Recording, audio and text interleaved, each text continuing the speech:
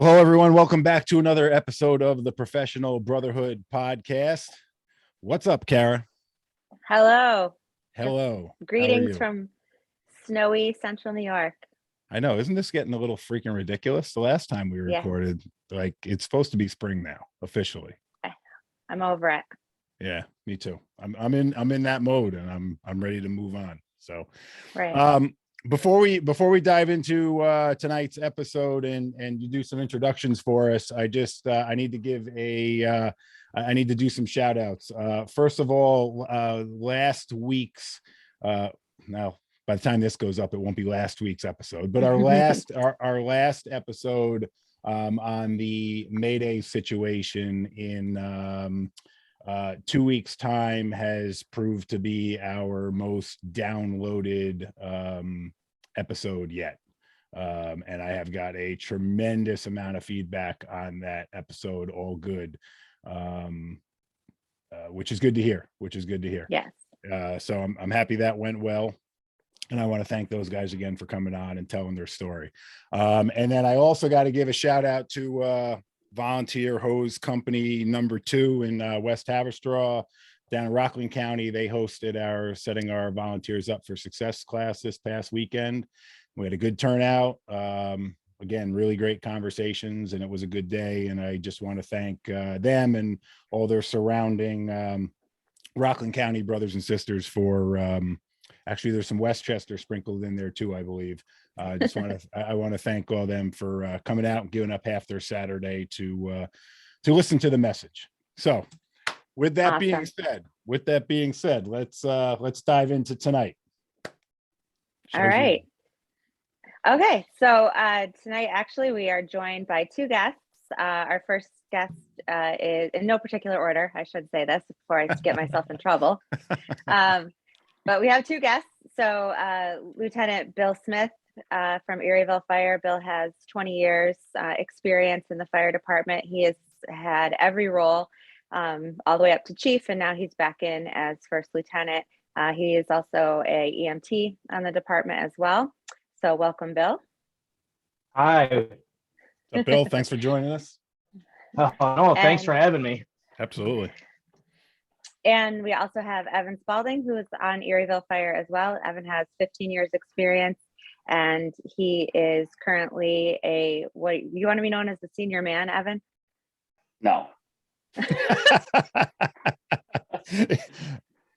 can tell he doesn't care about titles, right? No, not at all. That's an understatement. Said we can call him the peon, so Right. Yeah. Okay. Hey.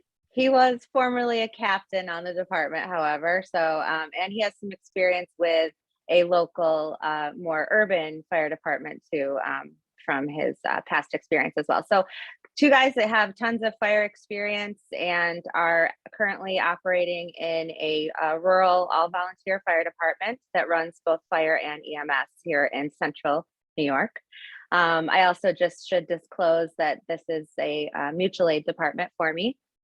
And I do run mutual aid with their department in the summertime when I'm supposed to be relaxing at my camp. Thank you for disclosing that. I appreciate that. You're welcome. Make sure that we put some stars in the show notes with a full written disclosure as well, just so everybody. Yeah, does that mean you're not going to say anything bad about us? No. We won't get that lucky. So, No, explain to our listeners that kind of know New York geography, right? Where in central New York Erieville is? It's in Madison County, which is probably 20 miles southeast of Syracuse, something like that. Okay. Yeah. Yeah. Okay. So if anybody knows our area a little bit, it's like halfway between Kaz and Morris, just a little bit south of 20. Okay. Gotcha. I that zeroed it in for me, so I'm good. And I'm sure. And listen, as far as I'm concerned, I'm still in upstate New York, but whatever. That's a conversation for another day. Anyway. Right. All right, Kara, go ahead. Right. Yeah. There's a whole other part of New York State, like about it's like a I big, know. large. Right now, if you live in upstate New York, your road is white with snow. Is your road white with snow? It actually is snowing outside. Yeah, it's white with snow here too. So I'm far enough upstate that yeah, it is snowing. Unfortunately. Nice. So talk to everybody a little bit about the district that you're in. What kind of, population do you have? What are the buildings and structures that you have in your first due area? What kinds of stuff are you guys dealing with as a fire department there? So our district is, and I can answer this really good because I did the fire insurance reports for a couple of years, but it's like 7.5 square miles. Not perfectly square, but give or take 7.5 square miles. And there's between 700 and 800 people in our district. We got everything from old. Yeah, it goes up a little bit in the summer because we got a couple of nice lakes with temporary residents, but we got all kinds of buildings. So we got everything from balloon frame, old farmhouse construction to on one road closer to our neighboring district, it's kind of newer construction. So we do have lightweight new stuff too. There are a couple commercial buildings, but not enough to say so. And we certainly don't do much business there. So we don't really know commercial stuff, but the highway garage, there's a retail that used to do flooring. There's a couple of buildings, but for the most part, it's mainly residential. And the age group isn't like, we're not a retirement community. We're not a young, thriving community. It's all over the place. We do, you want me to talk about call volume, something like that? Yeah. So we do 100 calls is a busy year for us. Last year we did 83 calls, and at least 80% of them are EMS. At least there's no ambulance in our district. Any call we go to, our district split in half as far as ambulance coverage. But any time an ambulance comes into the Erieville Fire District, we run a rescue. So, we're busy with EMS. That's what we do 80% of the time. Right. About what is your average distance for an ambulance to get to a trauma center? Oof. Syracuse, right? 20 miles. 40 minutes. 40 minutes ride, right? Yeah, probably. Especially if the roads look like they do right now. Right. That make it a little further. And then, so you have 2 lakes in your area. So you guys have ice rescue, water rescue. Lawnmowers for the ice. Evan just did a little deal, right? Yeah. The Tuscarora is like, how many acres, Evan? Maybe a couple hundred acres of water, right? And then we only cover half of Eatonbrook. But that's probably even a little bit bigger than the Tuscarora. So yeah, we cover a fair amount of water, not moving water, but we cover a fair amount of water. Yeah. Okay. Do you have any other special teams?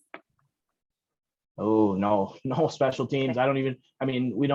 We're not considered a special team as far as the ice rescue stuff. We do have a bunch of stuff. Some of our former members back in the 90s saw it to be a problem, thankfully, and said, we should be familiar with how to act with this. And some of them went to some really cool training and said, we need to buy some gear, bought a bunch of gear back then. And then every so often we buy more. So we actually, in Madison County, definitely on the southern, until you get up by like Oneida Lake, we got a lot of ice water stuff, and we're on the box for a lot of people. We travel all over. Good. Brian, did you have something? Yeah, I was just going to say, so on the EMS side, you guys are doing first response only, and there's a transporting unit coming from somewhere else, or do you do transport as well? Yep. Okay. No, we're a BLS agency, right? We're a BLS agency, and it's we do, so it's probably 10 or 12 minutes for an ambulance to get to a call in the Erieville Fire District. If they have to come, like, let's say if they have to come to the center of town, that's the furthest away from each responding agency. So, we might be doing primary care on the scene for, depends on the road conditions, depends on a few things, but it could be 10 or 12 minutes that we're providing care. Gotcha.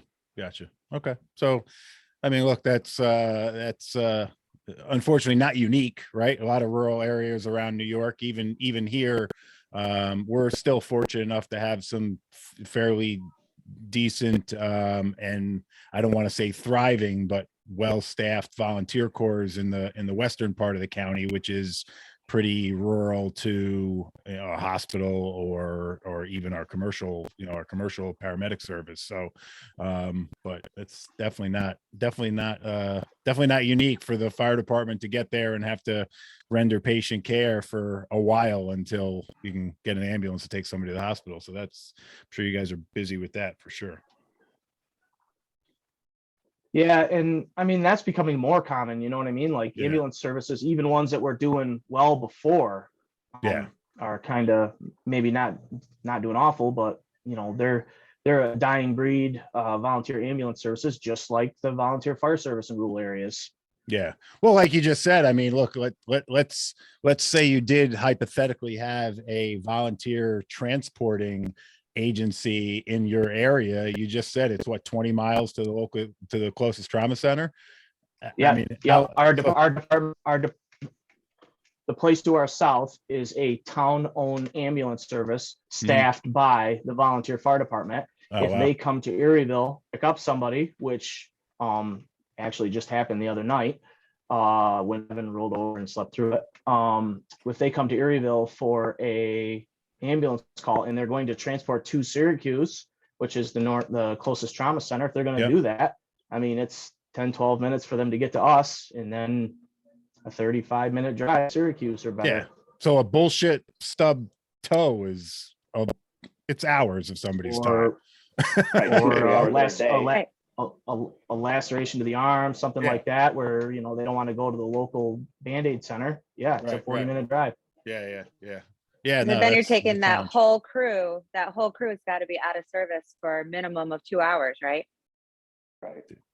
Yeah. And then you're looking for the nearest closest ambulance for the next district to come and backfill, and the next firefighter, EMT. Right. And that town to the south, right? The ambulance is it's supported by the fire department. So you're taking 3 firemen out of that community for that long to go to the ambulance. I mean, not saying it's a bad thing, but you just got to be aware of it.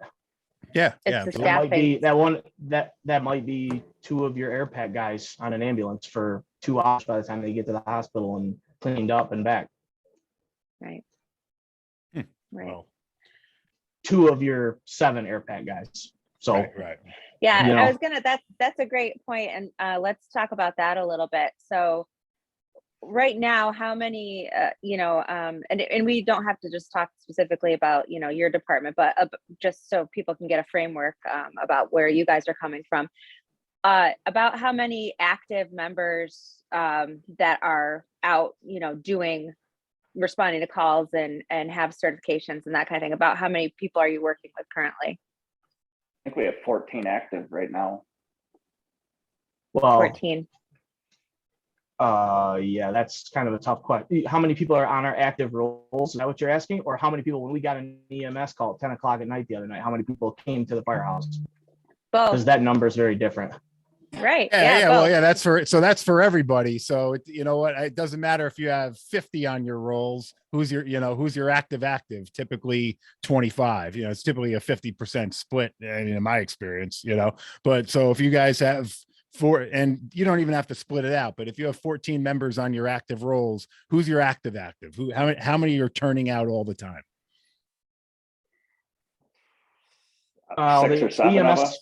Yeah, the EMS calls get a little they get tough because people, how many times you go out on a call and I don't want to say it's nonsense, but it's not something super urgent or a high priority, and they're like, the next one we just say, it's the same 82-year-old female up on this road that's general illness. I really, we don't need to go, Sure.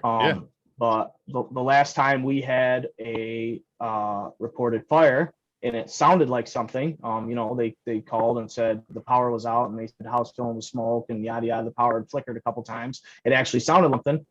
We went out with, a full engine of SCBA guys or whatever, and it was great. And it was a Friday night. I was dumbfounded that it could happen, but it doesn't happen very often. But if the stars align just right, we can put a full engine crew together. But in my district, there's no business in the district, right? We don't have a Walmart. We don't have a anything like that. It's just a rural community.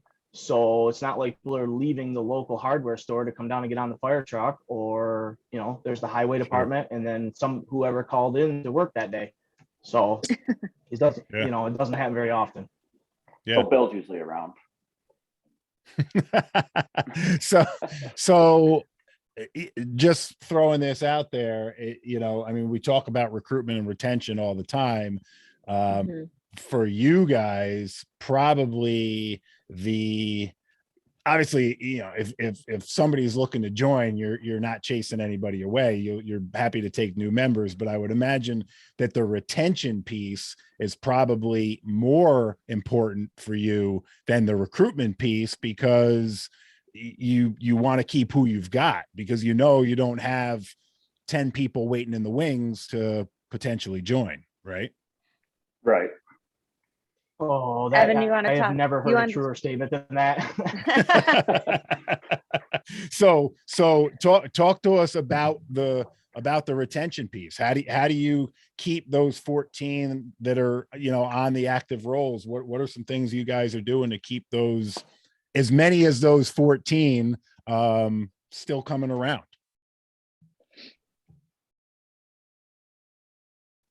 Evan, do you want to address that?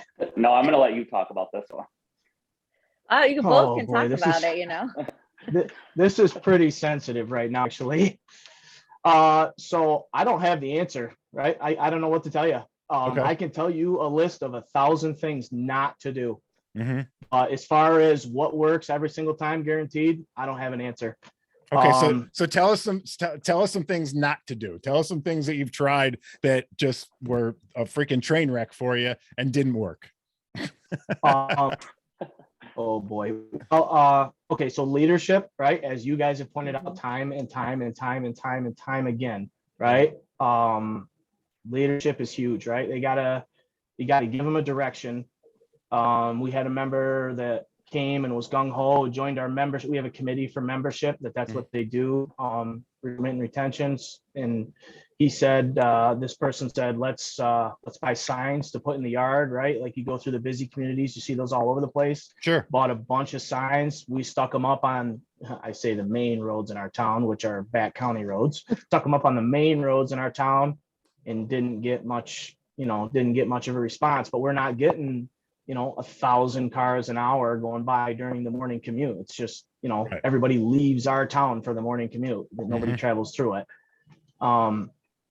But another good idea was, and I said this a long time ago, is when somebody joins, right? When I joined the fire service, I wanted to do every single thing I could as fast as I could every single night. I wanted to be at the firehouse. I wanted to be learning something every single night. And we didn't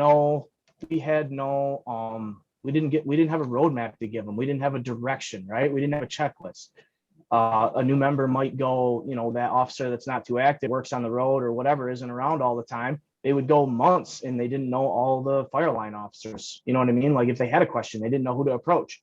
Gotcha. So just a checklist of this is so-and-so and he's the chief. And he can teach you about your pager and, the responding SOPs. And when you're coming to the firehouse, don't drive off the road and get in a wreck and cause another call. And, this is the assistant chief and he can teach you what trucks go to what calls and yada, yada. Right. And this is the fire captain and he can teach you all about the saws and how to start them and how to check the gas and how to check the oil. And then the lieutenant can teach you, how to put your turnout gear on and how to turn the radio on and talk on the radio and that stuff. Right. Just a roadmap of stuff, it doesn't have to be, they don't have to be forcing the door on their second week, but just something, a direction, give them something, a direction to head to keep them busy, keep them interested, keep them occupied, and to meet people and learn things. Right. So Evan, you mentioned earlier that in the summer, your population in your town increases. So is that a time for you guys to look for recruitment, or do you seek out people that are there for that stretch of the year? Or well, I feel like mostly they're there on the weekends and stuff, so we really don't. I mean, we have you who comes to your camp and runs mutual aid, but besides that, most people are just there for the weekend or a long week, or so we don't really get any more help from them just being there. Mhm. Yeah, because I mean, most, you're kind of the oddball there, Kara. I mean, most people that are going to a camp to relax and kick Right. back and get away Right. from the shit they're doing during the week. Right. No, not you. You're going and, signing up for more. For So, your information, yeah, just saying. it took them, how many years, Billy? Did you guys ask? How long have you been going to your camp? Since you were 5? Yeah, longer So than it only took how many years to approach you? that. To say, can you So please? besides you, there's nobody that, camper wise that comes and help us. Right. So has there been any discussion in the department or any thought about it? Because I know that Brian talked about this in the seminar as well, and setting volunteers up for success, that, when you think about recruitment in the smaller areas or where you have quote unquote part-time citizens, is that a group that we should consider tapping into? What do you think about that? Wouldn't hurt to ask, but like Brian said, they're there to relax. It's hard to get people to want to do that while they're enjoying their time. Right. Yeah. So, one of the examples, that I give is when a buddy of mine moved down south, the fire department they monitored home transactions. So when a new person, either bought a home in the community or bought a second home or whatever, they would actually show up on the door and knock on the door with like a welcome basket, hey, we're the volunteer fire department, we always need help here, introduce themselves, what have you. And he was pretty taken back by that, coming from, New York, where that's not something that is usually done. But I don't know what the possibility is for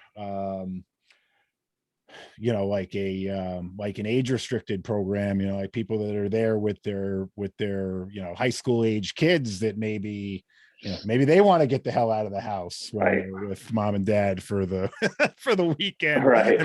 And maybe your firehouse would look really good to them.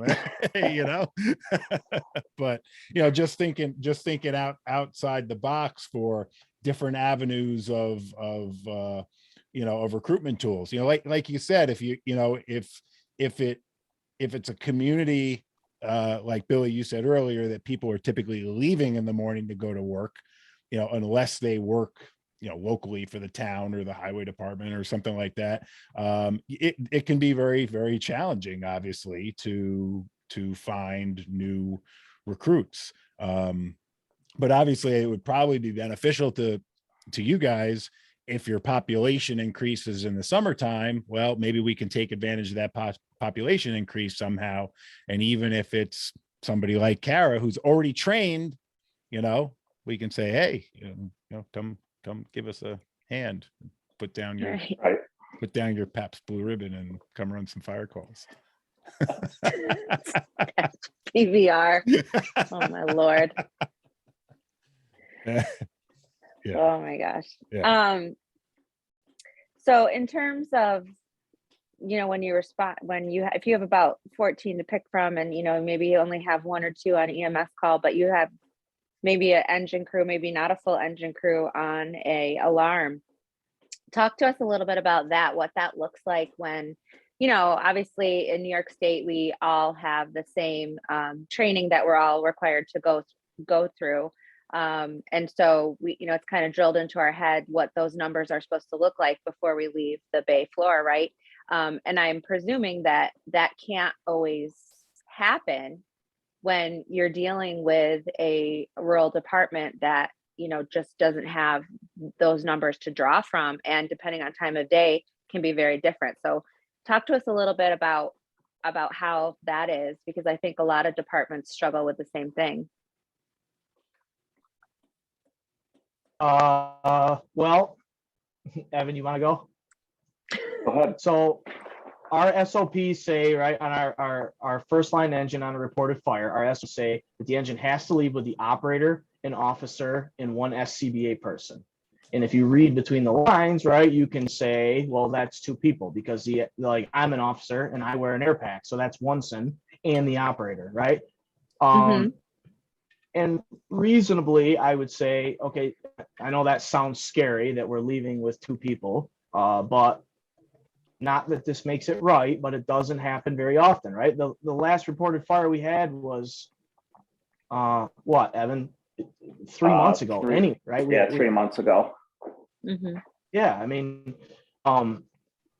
but that was rare because we rolled out with a full crew, but I don't know, the state says we got to have 2 in and 2 out. That, I mean, I don't want to be the bad guy here, but it rarely happens, right? Usually we show up with a couple of Right. pack guys and an operator, and a chief beats us there, and we drag the line off and head to the front door. Mhm. And you know, I will say in our area, just because of the demographics and the geographics of it, right? We pull up on one of 2 kind of fires, right? We pull up where the smoke is puffing and you can see orange through the window and you can march in and get it.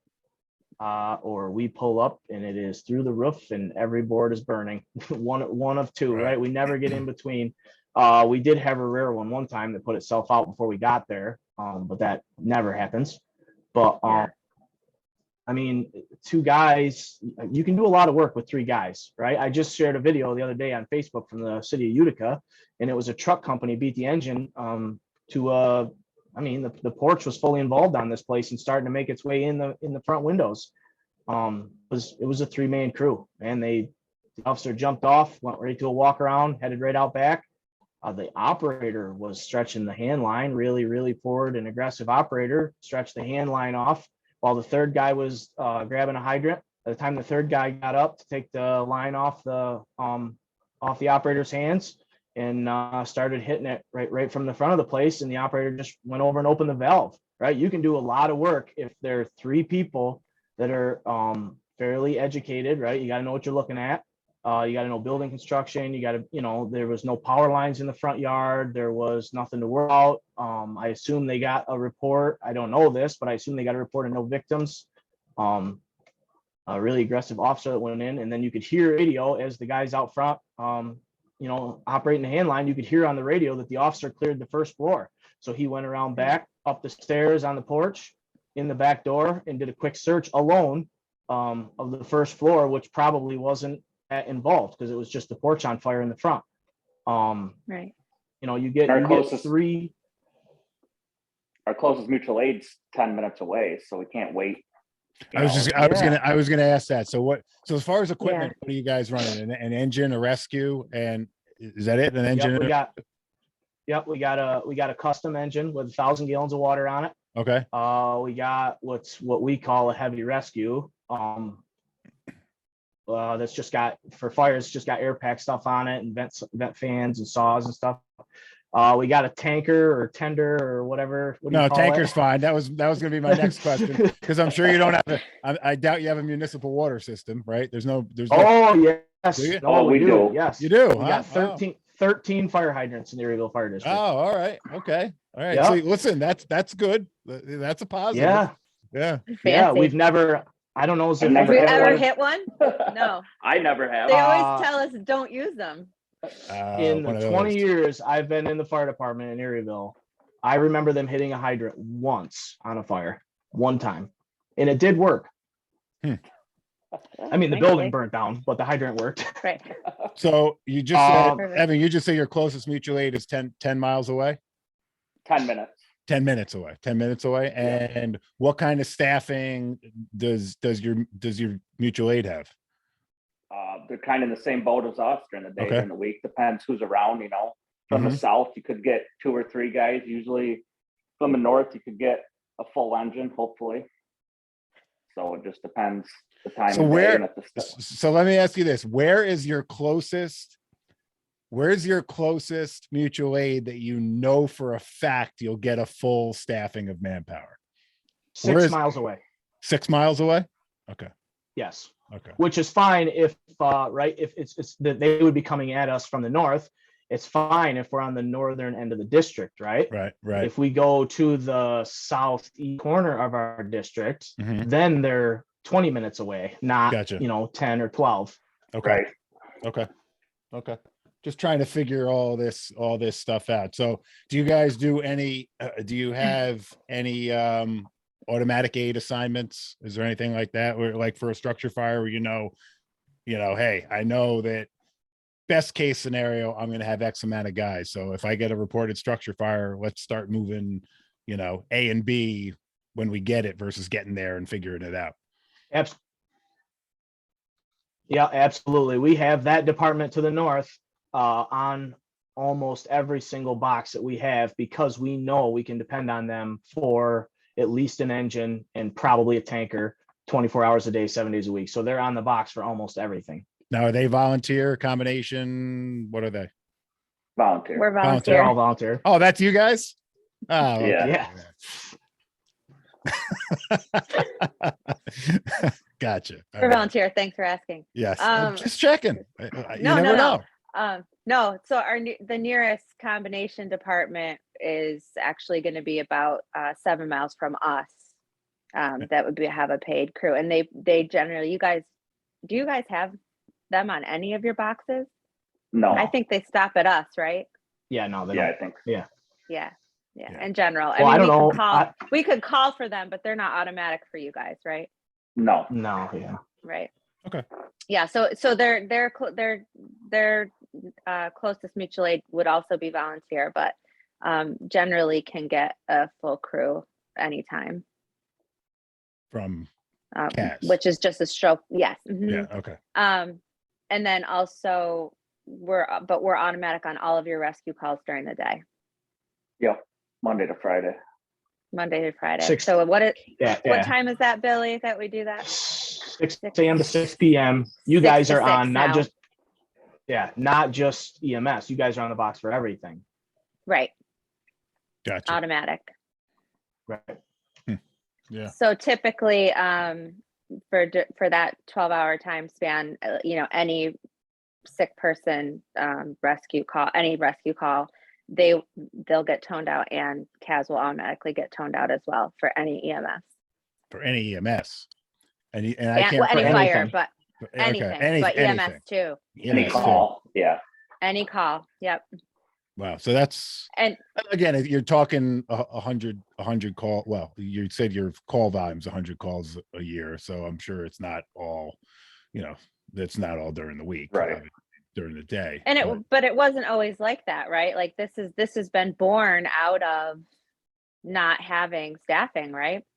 Oh yeah, definitely. When I first joined, Kaz wasn't on the first box at all. I don't think. Maybe during the day here and there, definitely for a fire, but Kaz didn't come to Erieville for EMS calls unless it was like a second or third alert. And now, Right. I mean, they dispatch them right away. Right. Well, when I joined, I mean, I joined as a junior when I was 16 years old. You can't do anything until you're 18 years old. But when I joined, Erieville had like probably 30 or 32 active members, right? So Mhm. you can hear, half or maybe a little bit more of that was super, super active, but still that's almost 20 guys. And And they were working farms. They were around. I was going to ask, right, so did they all, did all of that membership from when you initially joined, did they age out? Did they move out? Did their farms close? Like what? Well, yeah, some of them, Yeah. I mean, some of them were old when I joined. Okay. And unfortunately, we've put the uniform on for them. But there's not as much backfilling. You know what I mean? We lose, Sure. Let's say we lose 3 or 4 a year. And I mean, we haven't had a new member. We had a new member last year, and that was the first one in a couple of years. Wow. But then when I was fire chief like between 5 and 6 years ago. We had this is going to sound really, really great, and I'm not complaining about it, but it did present some problems that we were not ready for. I think one of the years that I was fire chief, we took on 9 new members in a year. Wow. So yeah, which sounds really impressive. And it was great. We had a ton of staffing, we taught them to do some things right up front and great. Mhm. But it did present some problems that we were not ready for. Like, we didn't have spare turnout gear to give them. We have 3 or 4 sets of gear. If Evan goes to a fire and tears a set up, we can go out back and piece something together for him. but we don't have 9 sets of out gear laying around to give to new members in a Sure, year. You know sure, what I mean? sure. And it takes a while. Evan, you ordered a brand new set of gear, what? 3 A months month ago. ago anyway. Yeah, that's what I Yeah. mean. It takes forever to get it. So even if you do order it, they're still without gear for a long time. And that's when the problem, not the problem, that's when the issue came up of these guys don't have a direction to head, know who to go to learn what, to do this, to do that, you know what I mean? And there was 9 of them. Just we were overwhelmed for a couple of years because of that. So where'd they all come from? But, Where did that 9 come from? well, 3 of them we got 3 people from one family, and then 2 people from another family, right? Like a father and son, and then parents and a daughter. And then one guy, we were very fortunate, moved from the one department in Madison County. He retired from that. He was like a deputy chief for like 20 years or something, paramedic level, right? And then moved out here and bought a house and came to us and said, hey, I'm here. I might as well give you guys a hand. And we're like, great, we'll take, and now he's an assistant chief with us. But yeah, just that was completely random. You know what I mean? Just a bunch of people were like, I want to join the fire department. And they weren't, he was the only example, the guy that came from the career department, he was the only example that had moved into the area. These people were living in the area. Sure. And then just decided to join the fire department. How many of that 9 do you still have? Yeah, I knew you were going to ask that. The father's son is, the son went away to college for a little while, whatever, had to leave and hasn't joined back up yet, still lives in the area. The father went out had medical issues or whatever he wanted to take care of. So he is still a member, just not an active fireman. The parents are still firemen. The daughter moved away or whatever. So you kept maybe half. Guy, yeah, probably. Maybe half of your crew. Right. When you say cap, that means still down, getting on the fire. Yeah. Still has a locker. Yeah. Still active. Yeah. Right. So yeah, I should have asked this question earlier, and just because you brought up the whole turnout gear thing and not having the spare equipment. Are you guys a fire district? Are you a private company? Yes. What are you? No, we're a fire district. You are a fire district. Okay. Yep. But with what'd you say, 7.5 square miles and 700 to 800 people, the tax base, I'm sure, is not huge. No commercial, right? You said that also. So actually, no commercial. Well, I mean, a handful of small businesses, but nothing huge. We don't have a Walmart or anything. Yeah. But actually, our tax base, for the size of us and the amount of calls we run, our tax base is really good because lake property is worth so much. Yeah. Okay. All right. And we have 2. I should know that. I have 2 lake. Yeah, I should know that. I have like 3 lake communities in my district. So right over my head. But, so I don't think we're the richest department in New York State. But for the amount of calls we run and the size of our district and yada yada, we do really well. Right. So let's talk about training and keeping these people active. So again, how far, aside from anything that you can do in-house, how far is Madison County as a county training center, right? Right.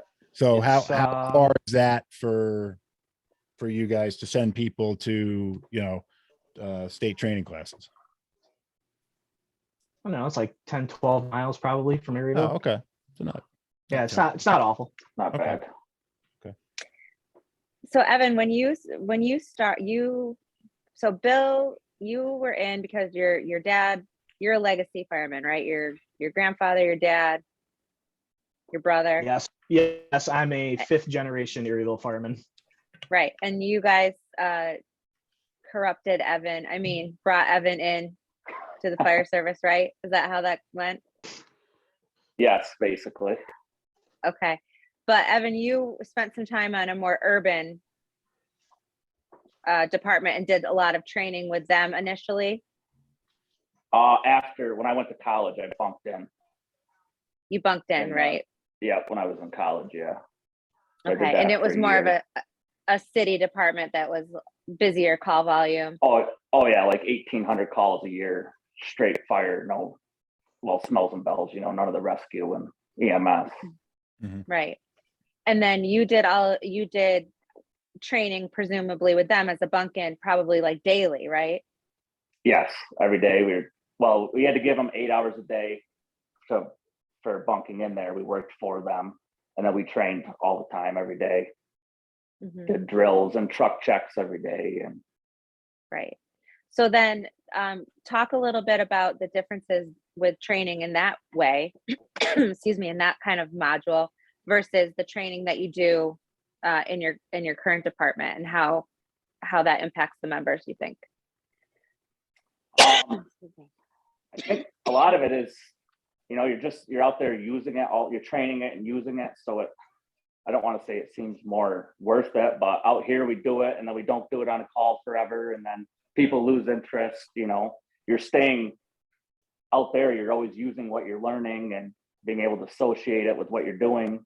Where here we might learn, I don't know, cutting a hole in a roof, and we don't do it for years. And, so it's more like you got to use what you did out there.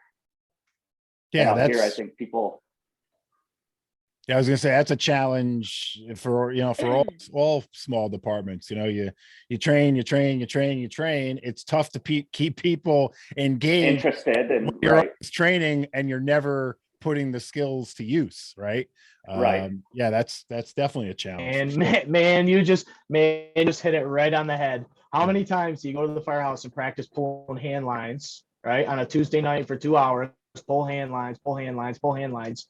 And we go 4 years without doing it on a call. You know what I mean? Just eventually Right. people like, what?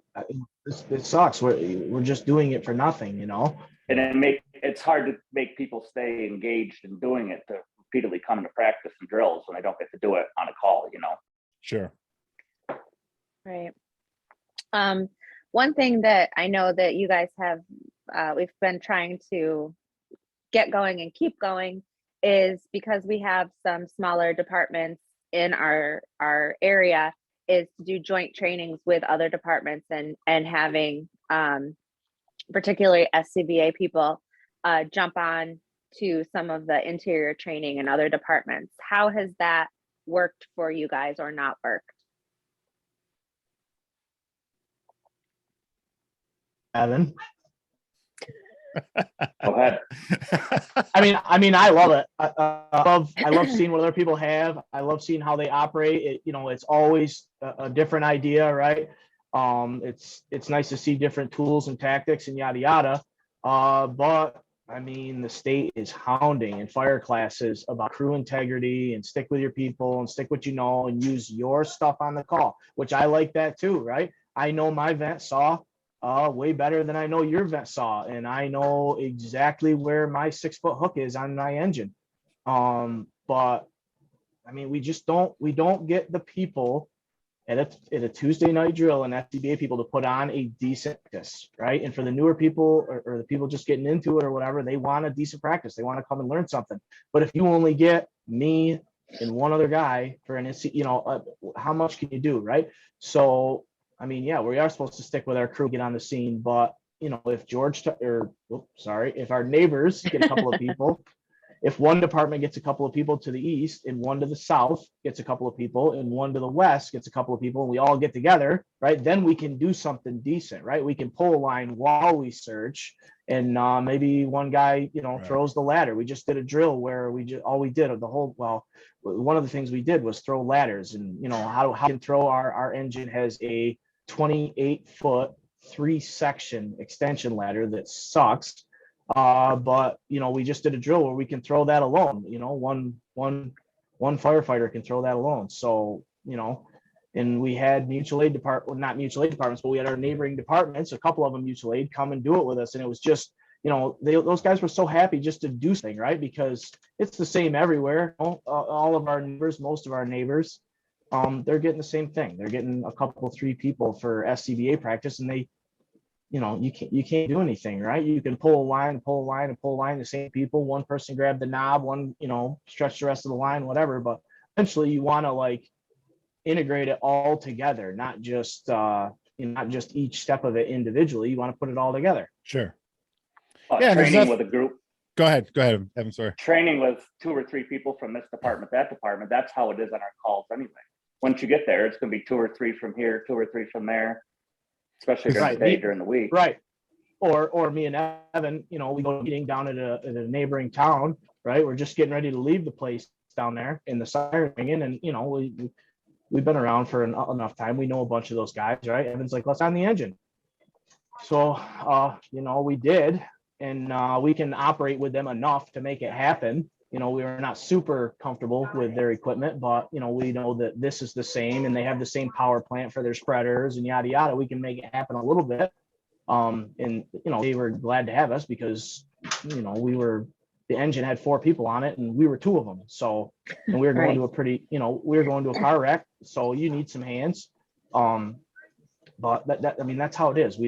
We're used to mingling with other departments because we have to. Yeah. So there's nothing wrong with that, that training philosophy, because, like you guys said, and that's exactly what I was going to say when Evan said it was, if that's how you're responding anyway, right? You're going to be working with all these people. Well, I want to work with these people and get to know what their capabilities are. That way, when we go to a job or whatever whatever we're going to, I can, I know what to expect from them, so it's beneficial on a couple different levels. Right. You got to know, you have to know, it's all part of knowing the resources you have at your disposal. Right. And what they're capable of, you know what I mean? Like we cannot expect, if we call this department X, if we call them for mutual aid during the day, we cannot expect them to put out a 5 SCBA person engine crew. It's just, it's not realistic. And they think the same about us. They're like, right. Yeah, maybe every once in a while these guys will hit and nail it, but we can't expect that every single time because it's just not realistic, right? I have to leave my town to go to my job, right? And I'm gone for 8 hours. 2 hours. So hour and a half. Some days. Occasionally gone. Evan goes to his job and he works a 16-hour day 2 days in a row, and then he's home for a few days. You know what I mean? So you never know. Some days we might have 5 and 2 on a Tuesday, but there's a lot of times that's just not realistic. You know what I mean? And we have to recognize that, and you have to be able to overcome it, because like I told one of Kara's colleagues one time, you can't stand there and wait for the mutual aid engine, because the homeowner, how do you explain that to the homeowner? I got to wait, I'm here and I have an air pack and I have a hand line, but I have to wait for another engine because I can't go in there by myself, Oh yeah. Absolutely. Understandable. Are there times that you just don't get out and it happens? So are there times where you are counting, on mutual aid because you just don't get out? Does that occur? Absolutely. Yeah. Yes. Yeah. And that's tough. Anybody that's into the job and into their organization and proud of what they do, like hates that, Right. Absolutely hates it. Yeah. You never want to, especially when it's a trend that's led that way. You know what I mean? Like, especially when 20 years ago when I joined, right, there was us not answering a call and not responding was unheard of. It didn't happen ever. Right. And we used to be on a bunch of boxes for mutual aid because they had a bunch of people, right? If you called Erieville, you would always get like 8 or 9 people. You know what I mean? And the trend is just, it's the volunteer fire service trend is this way, but the numbers just aren't there anymore. Yeah. So let's talk about you guys mentioned doing some of the special operations type stuff for ice rescue because of all the water that you have. Do you think that helps to keep the people that you have engaged and and coming around a little bit more because you're doing something that's a little bit different than the norm, and because you're running to other areas with that team or with that group of people? Evan, you can talk a Sick- little bit about this too, right? Because you just had a call this winter where it was you guys and your first mutual aid area both doing ice rescue, right? Right. Yeah, we can make, I mean, luckily it wasn't anything, but it came as a lawnmower on the ice and fell through. So we had to Believe go it or out not, and, that would be a plausible thing that could happen. right. So yeah, I don't know. It's definitely something cool to do. And I'm sure, I mean, we have a couple people who love doing it. I like doing it. But we don't really use it a whole lot, thankfully. Spring and summer, or spring and fall, but I think You it have a definitely lot of helps. people. You have a lot of people in that area. There's a lot of ice fishing. There's a lot of like snowmobiling. trails. Yeah, Right. So that kind of stuff is something that would be, it's a skill that you need to train on, right? And Bill, it's not your Definitely, ice rescue is not your favorite thing, right? No. I mean, I could do it. I can wear the suit or whatever, but no, it's not my favorite thing. It's not your forte, not your cup of tea. Well, nah, not really. But it's like anything, we try to train 3 times a year on it. We try to train early, late November, early December, when the ice, either open water or very thin, not good ice. And then we train one time in February where we have to go out and cut a hole with a chainsaw. And then we try to train like this time of year or earlier this month when the ice is weak again. We train on it. And then, I mentioned the 2 substantial bodies of water that we have in our district, but there's lots of smaller ones. And we had 1 call this year on it. And, we didn't run any mutual aid for ice water calls. We had 1 call in our district on it this year, and it turned out to be a total joke, and people are still laughing about it. And, it's hard to keep people interested. It's hard to convince people you have to train to do something that, when you actually do it is few and far between. You know what I mean? Yeah. Yeah. So No, the lack of... Go ahead. I was just saying that was the first time I've actually put an ice rescue suit on for a call in 15 years, So it's something we don't use a lot, which is good, but it's hard to keep pressing the training for it when we never use it. Right. Yeah, I was just going to say, when you're not putting the training into action very frequently, it's really easy for people to get into that mindset of complacency, right? And say, I don't need to go on this call, or I don't want to go to training because we're never going to use it. So, you guys talk a lot about, have touched on, and we talk a lot about the importance of leadership, right?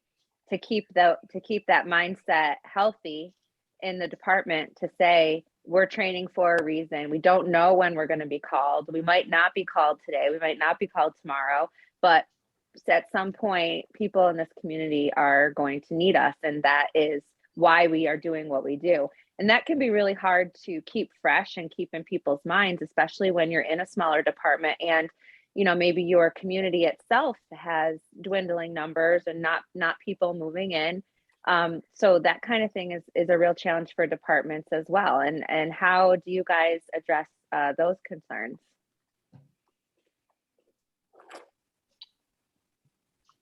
The leadership is so fresh right now.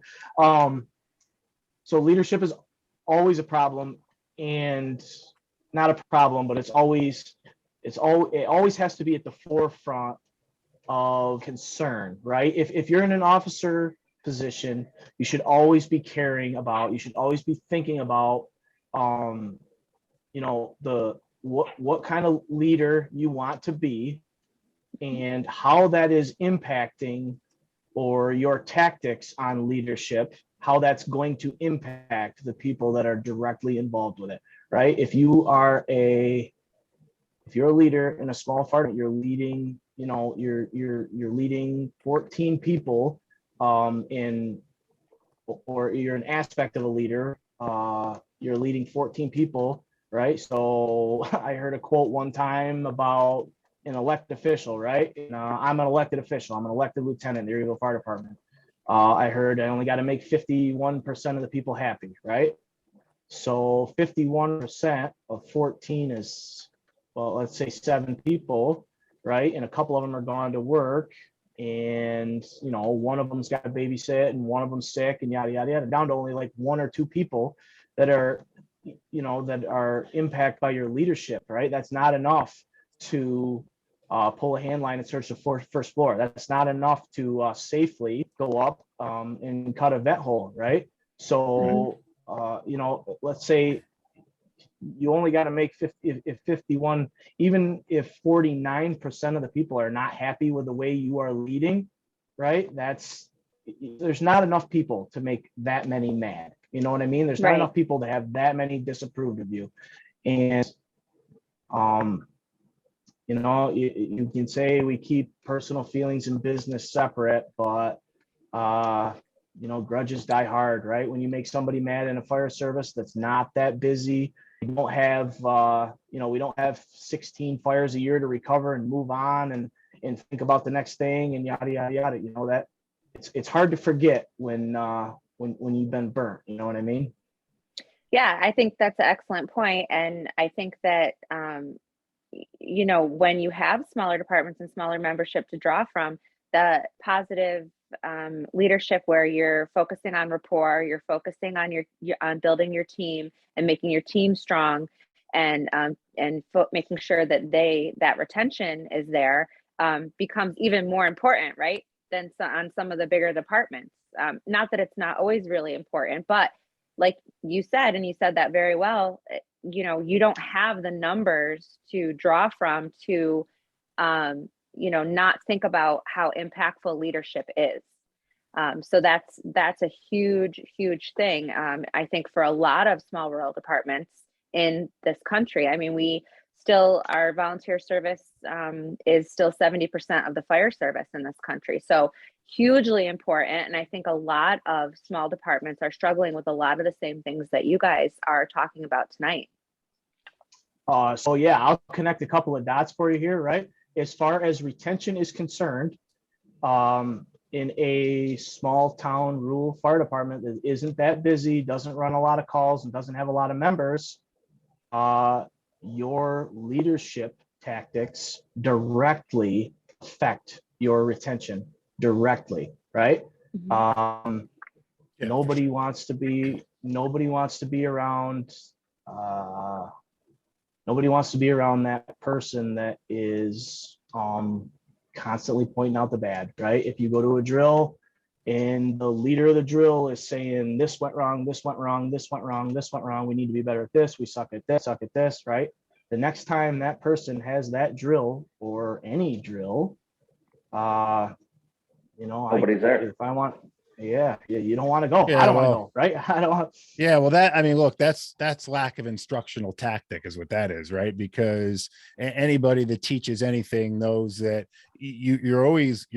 look, the point of training is you're always going to have criticism and negative points of the training, but prior to even pointing out negative points and criticism, you always highlight the positive, right? So you're not always focusing on the negative. It's not like you suck. It's like, hey, you did this really well, but you suck at this, right? And obviously not worded that way, but you get, but right. You know what I'm saying, and and I agree with you 100%. Look, leadership traits and leadership abilities do directly link to morale, which directly links to retention. If you have shitty leadership, typically you have shitty morale, and if you have shitty morale, typically you don't retain your people. I mean, that's how it all shakes out, and anybody that buys into that, making 51% of the people happy, the only thing they care about is winning an election. Right. That's it, because really that's what it is. When you only care about keeping the bare majority happy, you're only concerned with continuing your reign per se, because I want all my people happy. I don't want 51% of my people happy. I want 100%. Now, I realize that is not possible, right? But I want as many of that 100% happy as I possibly can. And that takes, a lot of work to get people to understand. And it's taken me a long time to get to this level too. Trust me, that it's okay for us to disagree on stuff, and it's okay for us to have differences of opinion and not walk away and just completely destroy the organization because we disagree on two things. You know what I'm saying? And that's a huge problem for some places when people get into those cliques and those fighting those two sides of an argument. Oh my God, it can destroy a place so fast.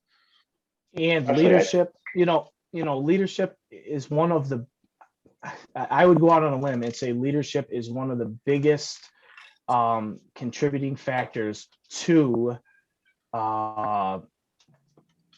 dwindling membership in fire departments, right? And I don't necessarily mean the chief, right? Not the only leader in a fire department for sure, not at right? All. The captain is a leader. The lieutenant is a leader. The senior guy is a leader. The most senior, most knowledgeable EMT that runs all the calls is a leader, right? You don't need a red hat to be a leader, right? Evan's a leader and he does not have a red helmet, but he's one of the most seasoned firemen there, right? When Evan climbs up on the engine, he doesn't need a title, right? Everybody's like, well, he's been here before, so a couple times, so we're gonna follow him. We're gonna follow his lead. We're gonna look up to him. Leadership comes in all kinds of shapes and sizes, right? And it's huge, man. It's understated how big it is. Good leadership or bad leadership. Well, and listen, let's face it. In rural America, small volunteer fire departments, all right, people are promoting leaders that have absolutely zero leadership training. That's part of the problem, right? You're putting somebody into a position of authority and leadership, and lots of them have never led anything in their entire life. And you say, okay, well, we're going to send them out to the training center to take a fire officer 1 class. Look, I teach the class. That fucking class doesn't teach you how to be a leader, right? It teaches you a lot of the things and the knowledge, skills, and ability that you need to, work your way through, this thing that we do, but it doesn't teach you how to deal with people. It doesn't teach you how to how to negotiate conflict. It doesn't teach you how to be somebody's best friend one day, enemy the next day, confidant the day after that. It doesn't teach you any of this stuff, and a lot, and like departments like yours, they're just happy to have warm bodies to fill the positions, let alone somebody that actually knows what it takes to be a leader. Right. If you're fortunate enough to get a warm body that has a little pride in their work, and has a little bit of natural leading ability, right? Sure. If you're fortunate enough to get the person, they're going to go a long ways, right? Because people recognize that stuff. People see, hey, when this guy shows up, he shows up every single time. But yeah, is a whole, in the nature of it is you have to take what you get because you don't get a lot. Sure. Right. And look, a lot of it's on us too, right? Sometimes we're not good at training our replacement. We're not good at making people understand and passing the reins per se, not just saying, here's all, good luck, here's all your stuff, have at it, have a nice day, but really training these people that are coming up through the ranks that are going to be our replacements. There's just a lot of places that are not good at that succession. And it all comes down to, mentorship and, Kara's stuff, mentorship. And I feel in the small departments, it's, one bad apple can really sour it a lot faster. Oh, hell yeah. Than in a bigger group. Absolutely. Yeah, for sure. No doubt in my mind. Yeah. Absolutely. What else, Kara? What else do you want to hit on? Some good Well, stuff. I like mean, it. Yeah, that was really, it's very good stuff. What else is unique in rural communities? I mean, the other thing that I think that it really stood out for me when I started running more mutual aid with you guys, which is something I'm not in a large town or a bigger, I mean, I'm not in a real big area myself, but you guys literally know everybody when you're responding to the calls, right? Like, Right. you know everybody when you're going to their house, right? You know who it is when the call comes in, and that's how does that impact you in terms of, when you're running short and you don't necessarily have your crew too, like that's got to give you a little kick in the gut too, right? Oh, I guess you get used to it. I don't know. I mean, you're right? The rescue call we went on the other night was, whatever, the wife of a guy my mom used to go to church with. The last fire we went to, or that reported fire, that guy used to be a fireman, you know what I mean? 20 years ago or 10 years ago, he used to be a fireman. The time before that, we went on a car wreck that was my cousin's roommate or whatever. So I knew who that was. Like we rarely go on a call where there isn't some personal connection to the victim or somebody in the household, right? That's just, Right. it's the way it is, right? I don't know. You just that's deal like- with it and the small talk and. Yeah, I mean, that's like that's unique though, I think in a lot of the rural departments, because when you guys are doing this, you're doing it all for the right reasons still, right? You're doing it because you literally know everybody in your community and it's important to you. Right. You want to know when your family members, because you guys all have family in the town, right? Yep. Yeah, I guess, that's not really how I look at it, but yeah, I guess you're right. Yeah, we're just doing our part to keep our community safe. You are. And Yeah, for sure. I think that, that's huge because I think in a lot of the larger departments, even me, like there's, I don't know everybody that we're going to, even we're not far away from you guys, but our community has grown a lot more and we have a lot of, newer families in town and things like that. And I don't know people, the way that it was when I was, growing up. So it's a big difference, it doesn't change the way that we respond. We're going to go to everything and we're going to make sure that we give everybody the best care that we can and make sure that we give them the best service that we can. But I think it just adds a new, layer that you guys stay dedicated to it and have been in it as long as you have from, a young age, because it's truly important to your community. I mean, really, even if it's those 100 calls or whatever, it's a big deal for the people in your community to know that it's there when if it wasn't for you guys, the closest department would be 10 miles away. Right. Kara, what keeps your community alive and bringing people in? The more commercial end of it and being closer to the Syracuse area? I think we're just that much closer to Syracuse that the commute is just 10 miles closer. So do you have a big like bedroom type population of people going into the city from your area for? Yeah, we're more considered like an eastern suburb of Syracuse. So Gotcha. We have a little bit of a bigger population still where the commute is a little bit just a tad more reasonable, I guess, especially in the winter months. We're all in the same school district, these guys, and we're all in the same school district. Yeah, it's all the same. But you got you guys got some pretty huge, you got some commercial businesses up there, those factories up there. We've got like 3 or 4. They got more going on. 4 factories in town. There's a pretty decent sized retail and restaurant district as well, and that brings people into the community as well. And then we have the college, of course. Right.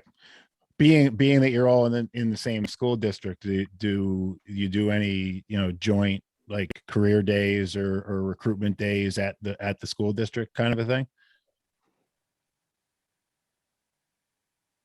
So Kaz kind of has led it, and I'm not sure really why that is. There's no real reason for it, but we do invite there's kind of two other departments that are in our school district, and we always invite them to participate in our recruitment and retention and open houses. And I know Bill and Evan have both participated in those days themselves, but we don't typically get a big response from the departments and not from the leadership. Yeah. I'm just curious, just throwing stuff out there as I'm saying. I was sitting here thumbing through these guys' Facebook page as we're talking. I'm assuming I found it. There's only one Erieville, New York, right? There is only one Erieville, New York. Okay, all right. You guys have a nice engine. I'll tell you that. It's a nice engine you got going on there. Oh, the custom, yeah. It's older than you think. It's a 2008. I would never guess that by looking at the picture. It's a nice picture. Unless you Photoshop. Where do you see the picture of it? Oh, on Facebook or whatever? Yeah. Erieville Fire Department Inc. That's you guys, right? Oh, yeah. That's me. Eatonbrook Road. Look, we're gonna send you some. We're gonna send you some applications here before we're all done. There you go. Yep. Perfect. Yeah. When we do go out and when we do recruitment in the high school, though, or in any of the schools, we always make sure that we let people know, or if we get junior members that are interested, we always ask them what district they live in. Yeah. And then we try to refer them to their home district. So we don't pirate them, because I do think it's really important for them to get to know their home district and try to be available to respond to where their home district is. So that's something that is part of our recruitment process. Cool. All right. I think I was just talking to Bill the other day though, like when I was in school, there was 3 school buses that came to Erieville, and now there's only 1. So it really shows you like how shrinking we are. Right. Yeah. I mean, look, you guys are not unique. I mean, I have this conversation here in my county, right? There are communities and fire districts that, are in the same boat. They don't do a lot of work. Some of them do less than you guys. I mean, 100, some of them would like give their, freaking, some of them only run a tanker, right? Yeah, some of them would run their better, give one of their family members away for 100 calls a year. They don't even run 100 calls a year, and it's the same families, same groups of people that have been keeping these places afloat for years and years and years. And it's tough, like you said, it's tough to keep people engaged and motivated and not utilizing what they're learning. And especially when you do finally get somebody that's maybe in their teens or early 20s or what have you, and then it's hard to keep them because there's nothing to keep them in the area, whether they're right, work or school or whatever it may be. So definitely feel your pain, and I know a lot of people that are familiar with it for sure. Absolutely. So, all right. Any Kara, any parting thoughts from you guys, or anything that you want to mention? I appreciate your time. Thanks for having us. Yeah, thanks absolutely. A lot. I don't have any parting thoughts. None that you want to hear, probably. You want to have any parting advice, like don't give a 5'1" fireman a 3-foot pike pole or anything like that? Is it story time? We can tell stories. I can tell stories till midnight. I'm sorry, that's all the time that we have for tonight. I was going to say the standard pike pole is probably huge for you, isn't it? No. Here's what happened, right? Like, don't you make doesn't the 6-foot hook look big in your hands, Kara? I mean, right. But we go to a call over in a neighboring district that's next to both of us, right? And it's a like a commercial building turned apartment building, right? And we're upstairs pulling ceilings. We got all these weird, like, I don't know, ventilation things for the roof or something. So there's like little pathways all throughout it. And we're upstairs pulling ceilings, and Neiman's bell go off. I was up there with Evan, and Kara was with her crew up there on the same floor.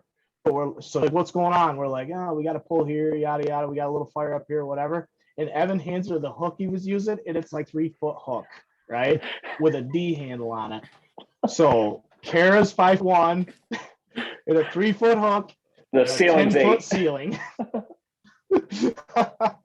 That's great. She didn't get much ceiling pulled. Couldn't find. And a then he step gets stool outside or- and what did you say to Bill when you got outside, Evan? I think I said, was that guy Kara? Was that Or short was guy that- Kara no, was is that what you short guy said. Kara, yeah. That's what, Is what was that's reported that to short me. guy up there, Kara? Billy could not wait to tell me that. That's hilarious. Yeah. So I got a 3-foot hook. That was really helpful. Thank you for that. Great. Great to have that relationship with my mutual aid company. Keeps it interesting. All right, guys. Well, I appreciate you coming on, and I think I definitely think it's a good conversation, important message. Not one that we have had before, and again, not unique. There's a large part of not just New York, but across the country that is dealing with similar issues. Small rural departments, not a lot of manpower, not people moving in, and trying to retain every person that they possibly can. So I appreciate you coming on and talking about it. Kara, anything to add? No, just really appreciate it. I think it's going to resonate with a lot of people that listen to the show that are volunteering and just trying to give their time and feeling like, are we the only ones out there? So thank you for taking the time and being real about it and talking with us tonight. Absolutely. Thanks for having us. All right, guys. Thank you very much. All right. And stay safe. Same to you guys. All right. Bye-bye.